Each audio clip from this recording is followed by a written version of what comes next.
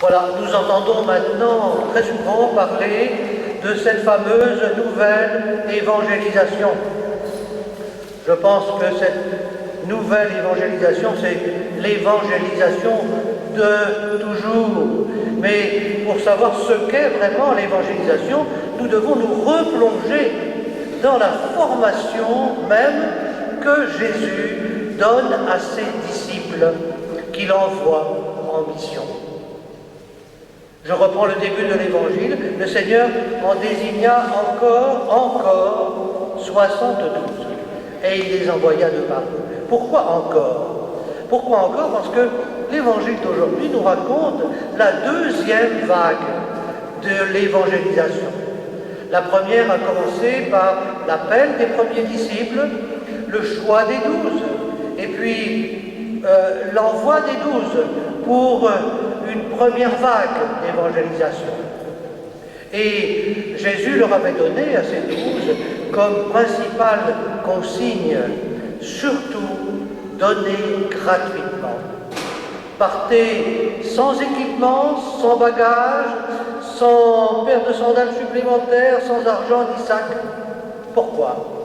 Parce que vous avez, dit-il, reçu vous-même gratuitement.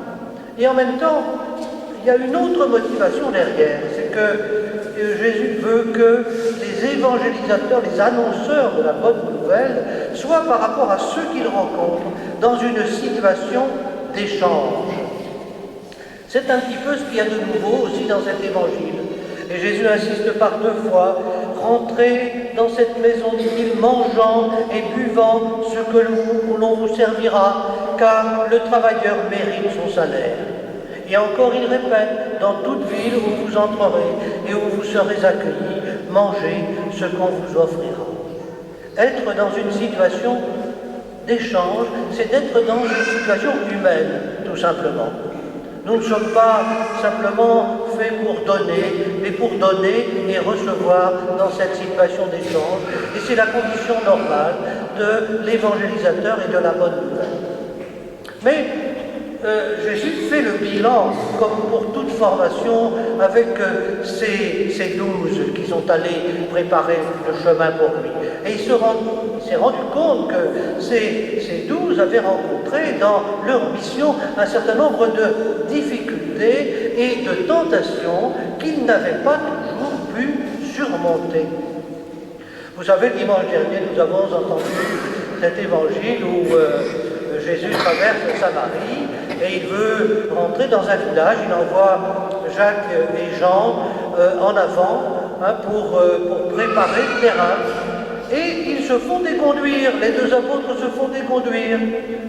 Et il y a même, on sent une certaine hostilité de la part de la population.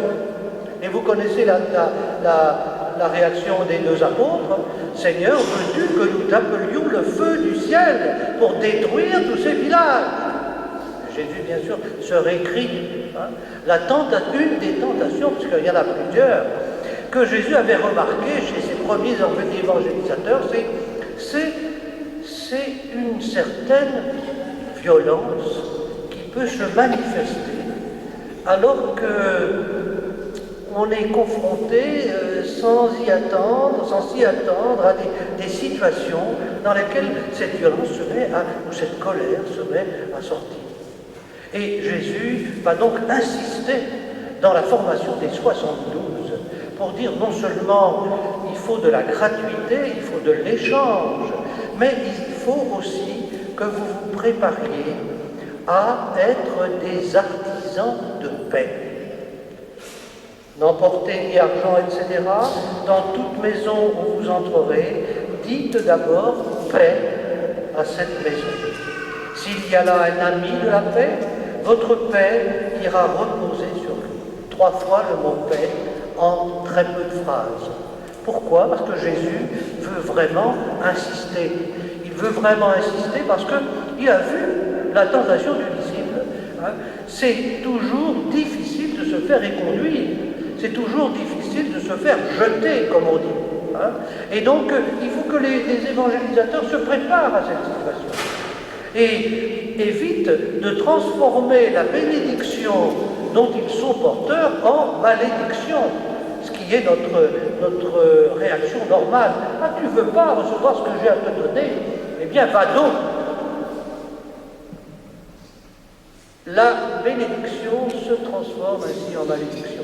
Et Jésus dit, vous êtes des artisans de paix. La paix va aller sur votre interlocuteur. Et si votre interlocuteur ne la reçoit pas, elle revient sur vous. Elle ne doit pas se transformer en malédiction sur celui qui ne veut pas entendre la parole que vous lui adressez. Parce que peut-être que dans 1 an ou dans 2 ans, eh bien la parole de paix que vous aurez prononcée, elle pourra lever avec une autre rencontre. La patience. La patience. Or, une des tentations de l'évangélisateur, c'est l'impatience. Jésus dit, je vous le déclare, au jour du jugement, Sodome sera traité moins sévèrement que cette ville qui n'a pas reçu la parole. Ce n'est pas pour promettre la punition, c'est pour dire aux évangélisateurs, vous n'avez pas à inaugurer le jugement dernier dans le travail d'évangélisation que vous faites. Laissez ce travail au Père. Laissez-le à Dieu, ce n'est pas votre travail. Votre travail, c'est d'annoncer la bonne nouvelle. Et dans la patience et dans la gratuité, alors que vous êtes vraiment des artisans de paix. Alors, la paix, être des artisans de paix, ça s'apprend. Ça s'apprend d'abord en essayant de comprendre cette violence qui nous habite tous, sans exception. Et c'est à partir de cette connaissance de nous-mêmes que nous pouvons travailler en disant, voilà, quel est le ressentiment qui me ronge? Quelle est la colère que je n'ai pas encore apaisée? Et si je ne fais pas ça, alors je risque de projeter sur les gens que j'évangélise tous ces sentiments négatifs que je porte en moi sans forcément le savoir. Ce n'est pas simplement une question de bonne volonté ou de gentillesse. Jésus ne nous demande pas d'être gentils. Il nous demande d'être vraiment des artisans de paix. C'est une consigne qui est absolument importante, particulièrement pour le monde d'aujourd'hui. Vous savez, Jésus a perdu un peu dans notre société son identité sociale. Il n'est plus reconnu comme tel. Et donc, il y a tout un message chrétien ambiant qui a disparu. Ce message, c'était que on ne devait pas accepter la violence comme telle. On devait résister à la violence. Maintenant, vous savez, le discours dominant, c'est plutôt que finalement, nous sommes des animaux comme les autres. Et que parmi tous ces animaux, comme les autres que nous sommes, eh bien, nous sommes parmi les prédateurs les plus terribles. Nous sommes des loups, nous sommes des scorpions, nous sommes des serpents. C'est notre nature, c'est comme ça. Nous n'y pouvons rien, donc il faut faire avec. Je vous envoie comme des agneaux au milieu du feu. Jésus, l'animal de Jésus, c'est l'agneau. Et l'agneau, il ne menace personne. Il ne fait de tort à personne. Il est non-violent. Et un des messages absolument importants dont les chrétiens sont porteurs, c'est de la non-violence de Jésus sur la croix, dont Paul nous dit qu'il fait sa gloire. Toute la méchanceté du monde, toute la bêtise du monde s'est rassemblée en Jésus jusque sur la croix, et tout cela s'est éteint sur la croix. Jésus n'a pas répondu à la violence par la violence comme nous le faisons spontanément à tous les niveaux personnels, de nos communautés, de nos familles, de nos nations.